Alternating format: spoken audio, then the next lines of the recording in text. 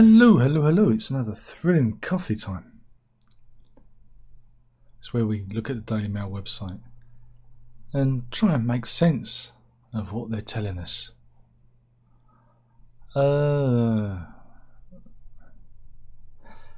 It's not good stories. The lead stories are all pretty grim.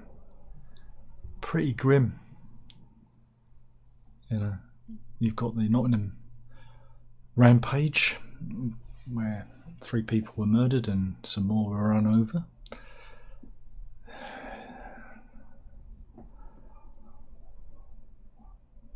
Mortgage misery as HSBC hikes rates for the second time in a week. Oh yeah, like I said, it's pretty. The news is awful. We're fucked. You know, I keep telling you that.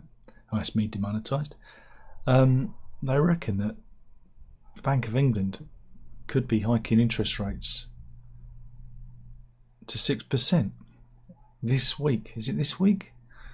But yeah, HSBC temporarily withdrew all its residential and buy-to-let new business mortgages deals on Friday. We did mention it on Monday, I believe. And yeah, so the mortgage interest rates are, look, they're going through the roof. Through the roof. So makes me kind of glad. I don't know. It wasn't a good deal. We're still paying more. Though next month we're going to be paying an extra £177 more because it has to equalise itself, and then it goes down to an extra 140, which is nice. I'm so glad that YouTube pays so well. There's no money in it, so yeah, everyone's mortgages are more expensive. The cost of living is fine. It's fine. The heat wave's going to continue. 28 degrees today, but it will dip in the coming days. But don't worry, if you think it's hot now, by the year 2080, how hot will it get? Well, I'll be dead. I'll be dead. So it doesn't really matter to me. But scientists are predicting the average weather across the UK in the year 2080. Right? It says in a single summer week in 2080, temperatures would hit 41 degrees C, that's 105 Fahrenheit, that's in London. While the weekly averages would be 28 degrees C or 82 degrees Fahrenheit in large parts of southern England. And there's a little gallery here of everything just getting warmer. But hey, the gas bills will be cheaper. There's always a silver lining. But so we won't be able to afford to live anywhere, and it'll be too hot to live here anyway. I mean, look, that looks kind of toasty. That's a typical summer's day in 2080. Like I said, I'll be dead.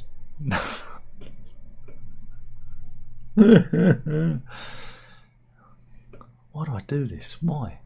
Why?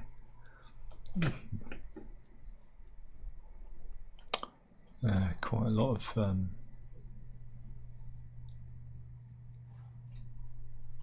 some court news. Hooray, some court news at last. Some sensible stories. It's very miserable on there. There's a lot about the Nottingham attack and everything. This is the story of Mark Rowlands. Let's have a look. Oh yeah, he looks like a bit of a catch. He's a bit of a dreamboat, is this one. Look at him. Bit of a dreamboat. So what was he up in court for?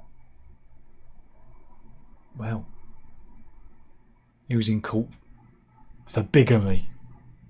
Yeah. He married qualified nurse Kerry Adams, despite not divorcing his previous spouse, Hayley, who he married 8 years earlier. Yeah.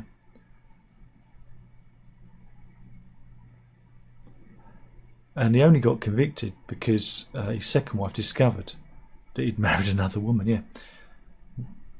He was reported to police after Hayley, his second wife, not his third wife. He likes getting married, this one. Hayley had reverted to her maiden name of Brown, learnt of her estranged husband's nuptials from a friend via social media. When quizzed, Rowlands of Ellesmere, Port Cheshire, insisted he had instigated divorce proceedings, but claimed he'd mistaken the decree nisi for a certificate of divorce. He needed the decree absolute, didn't he? And it emerged Rowlands had divorced his first wife in 2004, then married Brown, before they split a few years later. So there you go. And after his bigamy was uncovered, the anxious 47-year-old suffered a heart attack through stress, Chester Magistrates Court heard. He initially denied the charge, but then he changed his plea to guilty on the day of the trial. He was facing 7 years in prison, but instead they fined him £556 with £346 in prosecution costs and a victim surcharge. So there you go. So keep your eye out for that fella, because here he is. He's just addicted to getting married. Just loves it, and the women can't resist him. Once was enough. Trust me. Once was enough. Yeah.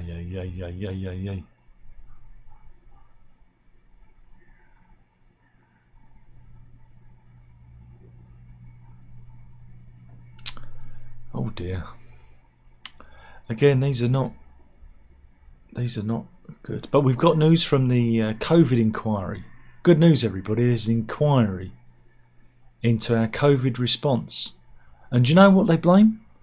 You know what they're blaming? They're blaming Brexit. Yeah, blaming Brexit. But yeah, people have been saying this is going to take a long time, because they've seen a diagram which links together more than 100 organisations involved in preparing the country for infectious threats. Yeah, it's a bit complicated, isn't it? It's like one of those convoluted flowcharts you get in a relationship magazine. You know, how do you know if he's the right one for you? So yeah, this is yeah, and they reckon that we weren't prepared because of Brexit. Apparently, this is going to take. I'll tell you, I'm going to make some predictions. It's going to take a long time. It's going to cost a lot of money, public money, mind, and fuck all's going to change. Yes. Unfortunately, I can't give you the lottery numbers, but there you go. But that's what I predict. Because have you ever known a public inquiry to change anything? No. Meanwhile, Italy is preparing a state funeral for Silvio Berlusconi. They're gathering here, look, at the Duomo Cathedral in Milan. There you go. To say goodbye to the father of the Bunga Bunga Party. See, people are upset, and I think this lady, I think this lady was actually, yeah, I think she'd been to one of his Bunga Bunga parties. I think you went a bit crazy with the tan, love. Went a bit crazy. Either that or she'd been walking behind a horse. And this is the great Berlusconi himself. Feeling really pleased with himself. He's thinking, got another orgy lined up at the weekend. But yeah, he was being treated for leukemia, which he'd been suffering for a while before he passed. So yeah, there are people looking at the flowers. So there you go, state funeral for Mr. Bunga Bunga himself.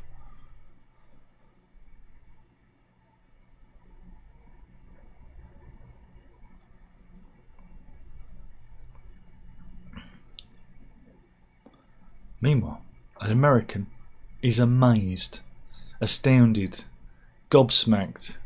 His flabber was gassed. David Escobedo,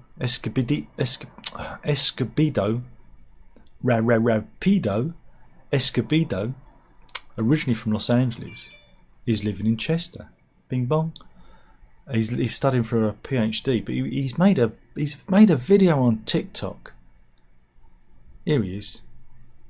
He's so pleased because he's discovered the age-old tradition of when you're in a pub, the British tradition of opening a packet of crisps and sharing them around. And he can't believe it. He's like, what a great British custom. We don't have that in America. Because no, they don't have that. They have the custom of people going to schools and shooting the children, don't they? That's the American equivalent, I think. A little bit of politics there. A little bit of politics. They've got a trending tab now. And what's the big story on the trending tab on the Daily Mail? Is it worth me covering it? I don't know.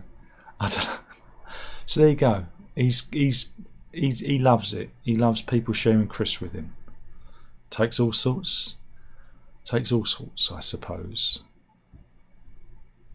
Meanwhile, this is an odd one. This is a story of a history teacher, Roy Huggins, right? And here he is. He's had over 30 years of teaching experience, and he found himself at the sharp end of it. What did he do? Well, he was standing in for an absent colleague, teaching a class of 11, 12 years olds. This is a science lesson, I might add. Oh, you know where we're going with this. And it was a lesson about puberty. So he was working from a national curriculum textbook, talking about the physical changes that happens during puberty between the sexes. And as far as he felt, the lesson went well, right? But unknown to Mr. Huggins, there were at least 2 pupils in the Year 7 class who were diagnosed with gender dysphoria, and several pupils later lodged complaints about inappropriate comments he made in a lesson which caused offence.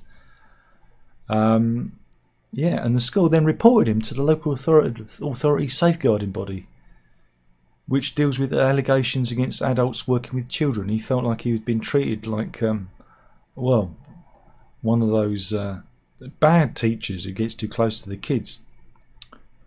But thankfully, Mr. Huggins was cleared of any wrongdoing. And he said the authority even criticised the school. But it doesn't end there, because the head teacher at Retford Hoax Academy in Nottinghamshire then referred Mr. Huggins to the Disclosure and Barring Service, the DBS, which has the power to ban teachers from working with children. And that triggered what he said was a nightmare 2 months, which the married father of 2 and grandfather became suicidal, as his reputation was put at risk. But then last week he received a notification from DBS it was in the clear and there was no case to answer. But he's decided to come forward and reveal details of his ordeal as a warning what can happen to teachers. Speaking from his home in South Yorkshire, he said, "What's happened to me is a cautionary tale for modern times and how systems can be abused by people pushing an agenda. Maybe my experience has shined a light on why quite a few people are leaving the profession."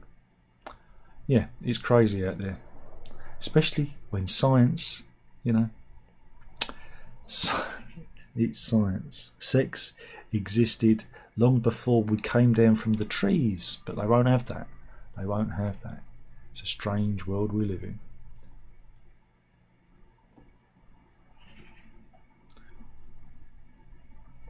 Meanwhile, they're asking, can dogs get hay fever? Well, yeah, they can. There's very high hay fever at the moment. The pollen count is very high.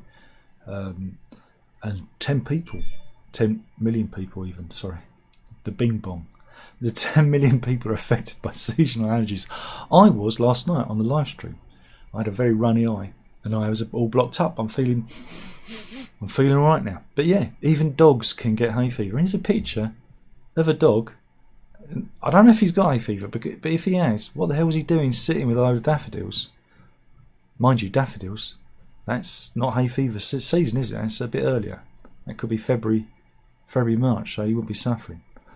These are the questions you ask when you see these stock images of animals. But yeah, you can use antihistamine with animals. And they've got various symptoms like licking and biting their paws, excessive scratching, redness in the skin, shaking their head, rubbing their ears or muzzle, or being tired or lethargic. And these are the animals more likely to get hay fever. Scottish Terriers, Wide-haired Fox Terriers, West Highland White Terriers, Boston Terriers, Chinese Shar-Peis, Shih Tzus, Dalmatians, Lhasa Apsos, Labrador Retrievers, Golden Retrievers and Boxers. Good to see no Border Collies on there. But yeah, you can get you can do stuff. You can do stuff to help them. Yeah. Meanwhile, scientists reckon they've cracked the age-old question: what came first, the chicken or the egg? My money's on egg. My money's on egg. What would you bet on? Chicken or the egg? Yeah. Right, so a study, right?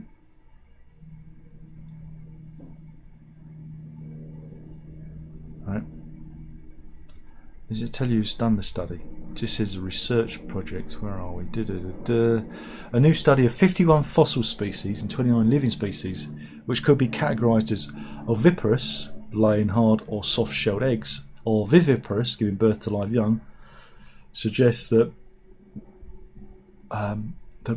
the early ancestors of modern birds and reptiles may have given birth to live young. So that means that the chicken came before the egg. Oh my god. So in evolutionary terms, eggs were being laid by the chickens, distant dinosaur ancestors, millions of years before the first chickens. That contradicts the previous statement. Well, of course the egg's been around before the chicken, because the egg, it's always the egg, isn't it? But anyway, here's a picture of an egg. I've lost interest in this story. I've lost interest. My lack of interest is palpable. And here, in case you don't know, it's a lovely picture of a cock. I mean a chicken.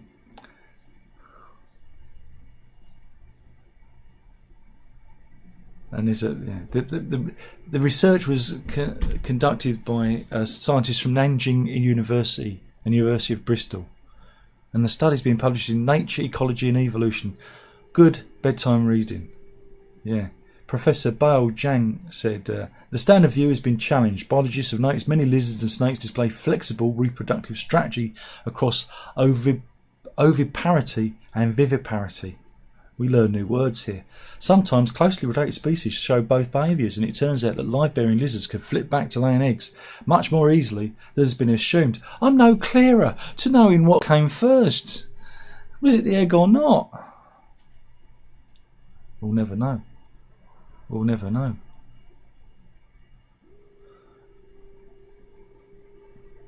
I need a klaxon. I need something. I need something I can blow, because I've got not one, but two. Are you ready for it?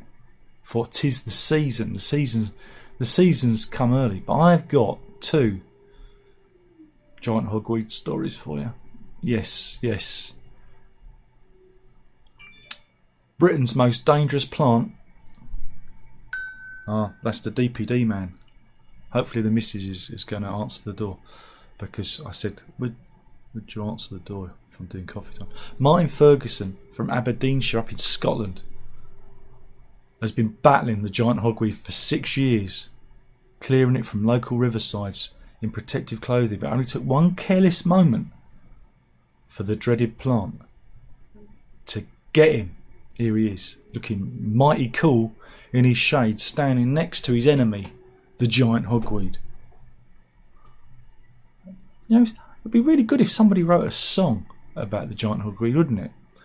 But yeah, one careless moment left him with blisters. It's not good, is it? It's not good. So yeah, but it's good to see him. Fighting against it. He says, whilst removing my protective coveralls, I must have rubbed sap on my bare arm. It's the only time I've been burnt in 6 years whilst treating giant hogweed. Yeah, the giant hogweed's sap stops the skin protecting itself against the sun rays, leading to gruesome burns when exposed to natural light. What part of it makes it dangerous is it doesn't cause immediate pain, so the victims may continue to burn in the sunshine, heedless of the problem. He said, I was unaware I'd managed to get sap on my arm. It ranks as sunlight, and it was several hours before I noticed the symptoms. There we go. But yeah, Martin knew how to treat the wound, so avoided a hospital visit. And now we've got another one. Oh, because why not? Let's have two giant hogweed stories. This is a student, Tina Sabine. And this story goes back to 2021. She says she woke up one morning in 2021 to find that she physically couldn't move, and her right hand had erupted in blisters. Right, but one of the side effects for her, right, is she ended up resembling a Teletubby. That's not a good look, is it? That is not a good look. Yeah. She reckons she'd accidentally rubbed up against the giant hogweed whilst walking her dogs, and of course it left her with painful blisters on her hand. She suffered severe burns and was left walking with a stick. You know, so you should really watch out. She's all right now though. Yeah, her face has gone down, but got to be careful.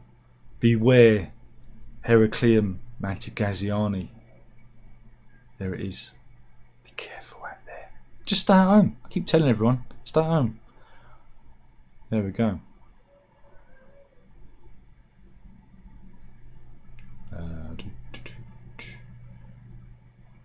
Mr. Putin's back in the news. What's he been up to?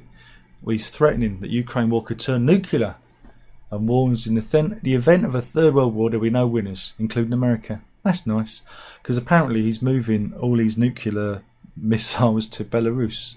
Lukashenko said, bring those nukes over here. It'll be fine. It'll be fine, won't it?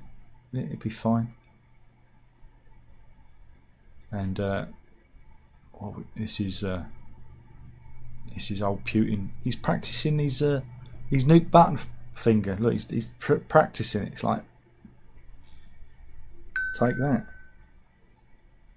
Oh, somebody else is at the door. Maybe the missus never got it. I did ask her to get the DPD. Oh, now I think she's got it now. It's caused the dog to bark. Layla, that was very loud. You've burst everyone's eardrums on the headphones.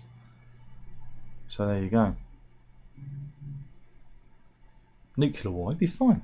It'd be fine, won't it? It'd be fine.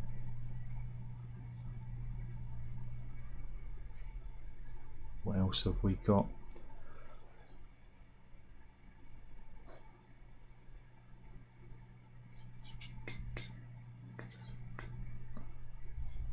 Oh, this is a nice story. Dawn French, the actress, comedian. She revived her character of Geraldine Granger from the Vicar of Dibley. Here she is. To read a eulogy at a friend's living funeral. Yeah, that's something, isn't it? They've got living funerals now, or also known as a pre-funeral. And so it's helped for people who are in terminal illness, so you can celebrate their life with their family and loved ones before they go.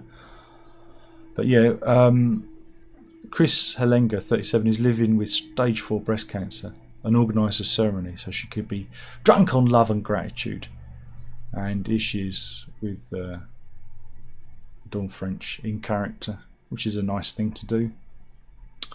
Again, it's the least you could do, isn't it, really? So what a nice story that is. What a nice story. Meanwhile, we've got some American cult news. And this is the story of Blossom Kirby from Indiana. Let's have a look at her. Let's look at her mugshot first. I could let you guess what she's been. nabbed for, but you're never going to get it. Well, yeah, she was. She's going to be spending a year behind bars, 36-year-old, after being convicted of neglect of a dependent. Hooray! And why? What did she do? She was travelling across town. There's some video of it, on a bike with her children in a milk crate, and the milk crate's just kind of spider rope. You know, she's got spider ropes tied to the to her cycle, to her bike. So yeah, milk crate, and then very loosely, here's the babies. These are twin kids, and this was in intense heat. Is it 80-degree heat? I think it was. Yeah, and yeah, people saw her with the kids and phoned it in, and they apprehended her. Yeah, so yeah, she was found guilty of both child neglect counts by Marion County jury, and she's had 2 years in prison with 1 year suspended for both counts, which will be served concurrently. It's not a good idea, that.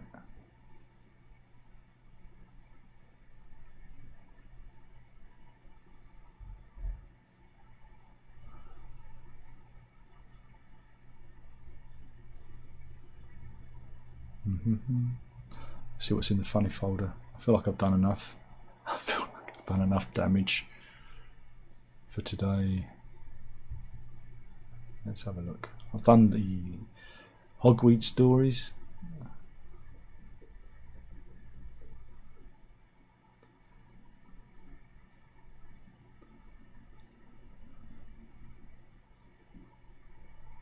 Let's go to Guatemala. A hospital in Guatemala. Yeah, this is doctors at Hospital Roosevelt in Guatemala City had to deal with a schizophrenic. Yeah, the 52-year-old man came to the hospital complaining of intense stomach pain, and so they did a scan, and they found this inside him, and they had to well, remove it pretty damn quickly, because he'd managed to ingest a foot-long wooden stick, and yeah, apparently it actually left splinters inside his esophagus. That's pretty grim, isn't it? But yeah, apparently voices told him to do it. Yeah, after sedating the patient, they made a small incision in a medical procedure called a gastrotomy. Where they make a small hole in the stomach, and they pulled the stick out of his stomach, and yeah, they've actually got footage of it here. I'm so demonetised. But yeah, voices in his head told him to swallow the stick. So yeah, so, but he suffered no long-term damage from the incident and was sent for a mental health evaluation. Meanwhile, let's go to Ecuador.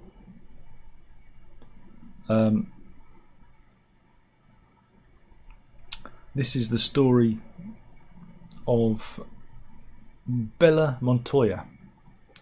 She was a former nurse, and yeah, she died. She died. And so at the funeral, they heard knocking. Yeah, they heard knocking. There was video footage. And yeah, she was indeed alive inside the coffin. The 76-year-old was still alive. her son heard a noise and had to get her out. It's like Steptoe Sunrise again, isn't it, Mrs.? She loves that film. So there you go. And now the Ecuadorian government are having a big investigation into how this could have happened, because she wasn't dead. She was actually alive.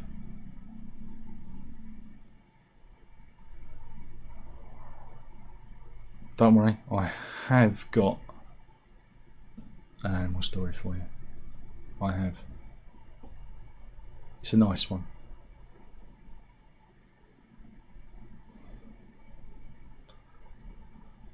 We're going to Leeds Industrial Museum, right? One of the workers there discovered a family of ducks and ducklings and the mother duck, and he very carefully rescued them. There you go. They're noisy, aren't they? And Mum wants to go with them.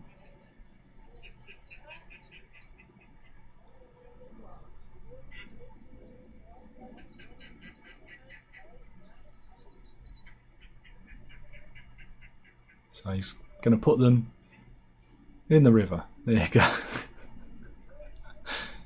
Because I can't be there where the work's going on. It's a good one, isn't it? There they go. It's a long way down though. How's Mum going to get down?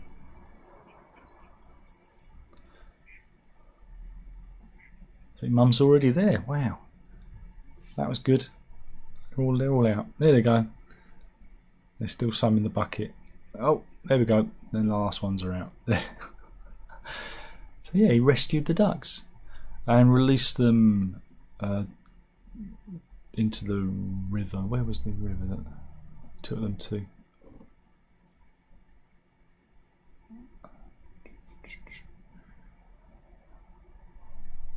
Does it say? A nearby river, the Armley Mills. There you go, that's today's animal story, and that's the news for today. We'll see if there's anybody in. 7 people in, my goodness. It's almost a party. Hans is in. So much sad news these days. Violence, insane people. Yep. And that's just here. Eric says, "Oh, Darren, talk about how you would resolve the Ukraine issue."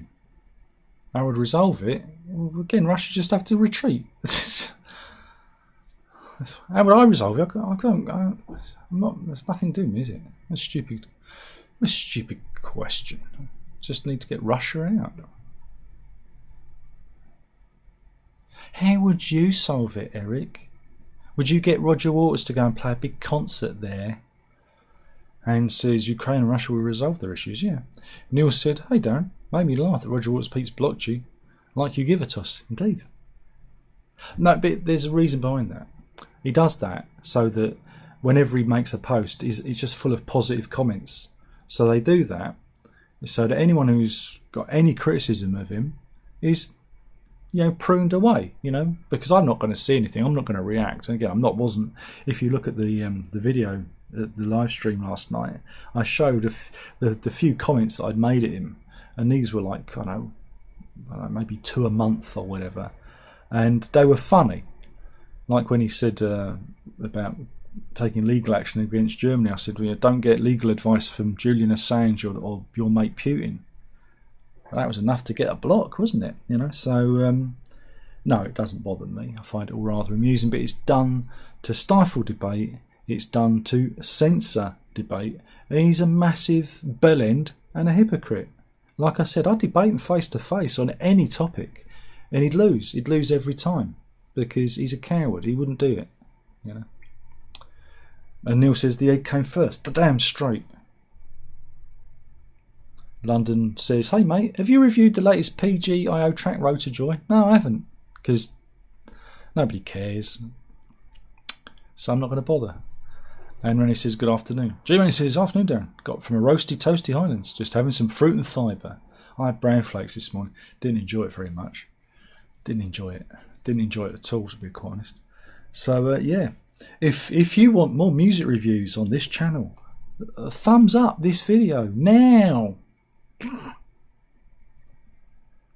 look, nobody cares about the music reviews anymore. Nobody cares about any of this stuff. So unless I'm slagging off Roger Waters, then that's the only way I'm going to get people watching the videos. And that's not going to happen because I've upset little Roger. You go, woo, woo, woo. So, you know, talk about weak. Weak isn't even the word. It's, you know, it's childish. But there you go. He's the big man. He's the one having a go at Dave Gilmour's missus, because that's tough, isn't it?